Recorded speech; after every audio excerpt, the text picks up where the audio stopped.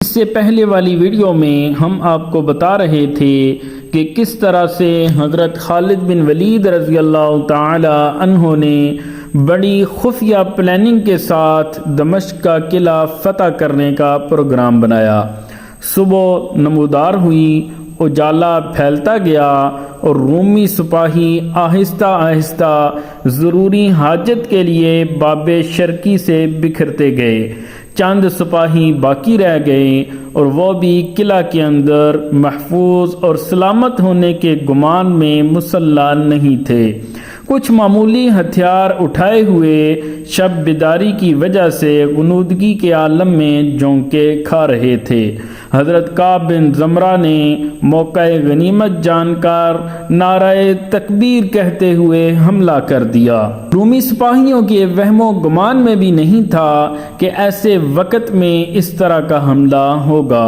نعرہ تکبیر کی صدا سن کر اور مجاہدوں کے ہاتھوں میں برہنہ شمشیریں دیکھ کر ان کے اوسان خطا ہو گئے۔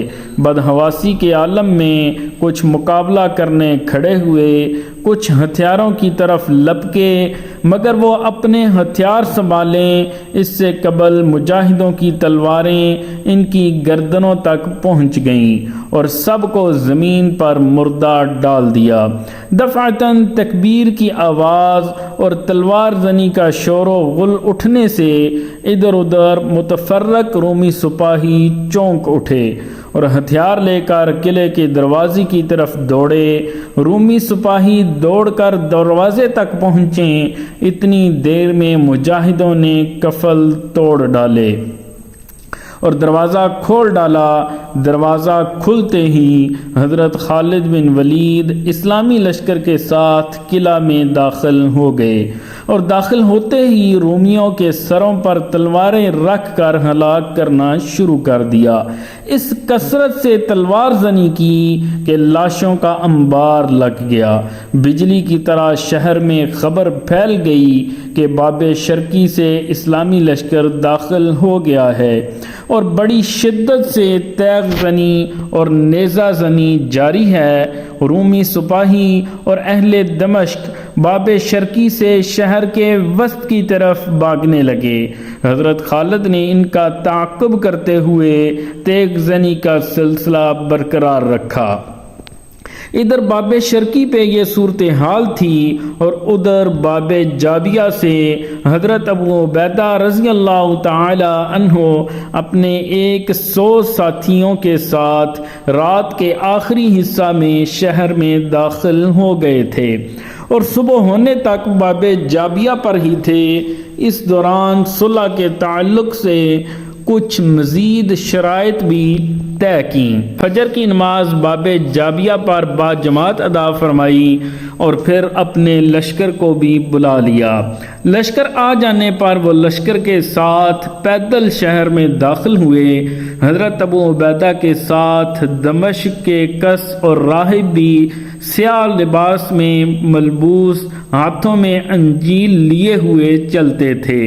وہ لوگوں کو صلح واقع ہونے اور امان حاصل ہونے کی خوشخبری دیتے ہوئے بشکل جلوس شہر میں گشت کرتے ہوئے شہر کے وسط میں واقع عیسائیوں کی خاص عبادت گاہ کنیسہ مریم کی طرف آگے بڑھ رہے تھے۔ جب حضرت ابو عبیدہ کا لشکر کنیسہ مریم پہنچا، اس وقت حضرت خالد بن ولید کا لشکر بھی تیغ زنی کرتا ہوا کنیسہ مریم پہنچا۔ دونوں اسلامی لشکر اچانک شہر کے وسط میں ملاقاتی ہوئے اور دونوں لشکر کے سردار ایک دوسرے کو دیکھ کر محو حیرت تھے۔ حضرت ابو عبیدہ نے فرمایا کہ میں نے صلح سے شہر فتح کیا۔ حضرت خالد بن ولید نے فرمایا کہ میں نے تلوار سے شہر فتح کیا ہے اور میں تمام رومیوں کو ہلاک کر کے چھوڑوں گا۔ اس پر حضرت ابو عبیدہ نے فرمایا کہ اے سردار، میں نے ان کو امان دی ہے اور ان کو صلح و امن کی دستاویز لکھ دی ہے۔ حضرت خالد نے فرمایا کہ اے امین الامت، آپ کی دی ہوئی امان میں نہیں توڑوں گا، مجھے آپ کی دی ہوئی امان منظور ہے اور میں نے بھی اہل دمشق کو امان دی، لیکن دو شخصوں کے لیے امان نہیں ہے، ایک حاکم دمشق توما اور دوسرا اس کا وزیر حربیس۔ حضرت ابو عبیدہ نے فرمایا کہ میں نے تمام اہل دمشق کو امان دی ہے اور یہ دونوں بھی دمشق کے باشندے ہونے کے ناطے امان میں داخل ہیں۔ حضرت خالد نے فرمایا کہ اے امین الامت، اگر آپ نے امان نہ دی ہوتی اور آپ کی امان کا لحاظ نہ ہوتا تو ان دونوں ملعون و مفسد شخصوں کو فوراً قتل کر دیتا، لیکن میں اب یہ چاہتا ہوں کہ یہ دونوں فسادی اس شہر میں نہ رہیں بلکہ کہیں اور چلے جائیں۔ حضرت ابو عبیدہ نے فرمایا کہ اے ابو سلمان، آپ کو یہ جان کر خوشی ہوگی کہ میں نے اہل دمشق سے اس شرط پر صلح کی ہے کہ حاکم توما اور اس کا وزیر حربیس یہ دونوں شہر سے نکال دیے جائیں۔ اس دوران حاکم توما اور حربیس بھی وہاں آ پہنچے، کیونکہ ان کو پتہ چل گیا تھا کہ حضرت ابو عبیدہ کی مطاعبت میں حضرت خالد نے بھی امان دے دی ہے، قتل و قتال موقوف ہو گیا ہے اور امن قائم ہو گیا ہے۔ ان دونوں نے حضرت خالد سے کہا کہ ہمیں اس بات کی اجازت دی جائے کہ ہم اپنے اہل و عیال، مال و اسباب اور ساتھیوں کو لے کر جہاں چاہیں چلے جائیں۔ حضرت خالد نے فرمایا کہ اس وقت تو ہماری امان اور ذمہ داری میں ہے، لہٰذا ہم تیرے ساتھ کسی قسم کی مزاحمت نہیں کر سکتے، لیکن جب تو دارالحرب میں پہنچ جائے گا تو ہماری امان اور ذمہ داری سے نکل جائے گا، پھر ہم جو چاہیں گے تیرے ساتھ سلوک کریں گے۔ اس پر توما نے کہا کہ ہم کو 3 دن اپنی ذمہ داری اور امان میں رکھو، تاکہ ہم 3 دن میں جہاں چاہیں چلے جائیں اور تم میں سے کوئی شخص ہمارا پیچھا نہ کرے۔ 3 دن کے بعد ہم تمہاری امان اور ذمہ داری سے نکل جائیں گے۔ 3 دن کے بعد ہم تمہارے ہاتھ لگیں تو تم کو پورا اختیار ہوگا کہ چاہے ہمیں غلام بنانا، قید کرنا یا پھر قتل کر ڈالنا۔ حضرت خالد نے فرمایا کہ جا، میں نے تیری یہ درخواست بھی منظور کی، تو اپنے اہل و عیال اور مال و اسباب اور ساتھیوں کے ساتھ جہاں بھی جانا چاہتا ہے جا سکتا ہے، لیکن ہتھیار اپنے ساتھ لے جانے کی اجازت نہیں۔ اس پر حربیس نے کہا کہ اے سردار عربی، یہ کیسے ممکن ہے؟ اہل و عیال اور مال و اسباب کے ساتھ سفر کرنے میں راستے میں درندوں اور ڈاکوؤں کا خطرہ رہتا ہے، اور ان سے حفاظت کرنے کے لیے ہتھیاروں کا ساتھ ہونا اشد ضروری ہے۔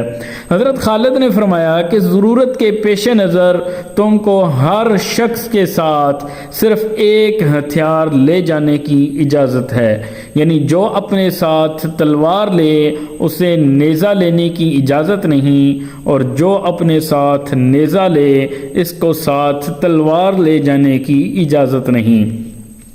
الغرض تلوار، نیزہ، تیر کمان، برچھی وغیرہ، اس میں سے جو چاہے صرف ایک ہتھیار ساتھ لے لے، ایک سے زیادہ کسی قسم کا دوسرا ہتھیار ساتھ لے جانے کی اجازت نہیں۔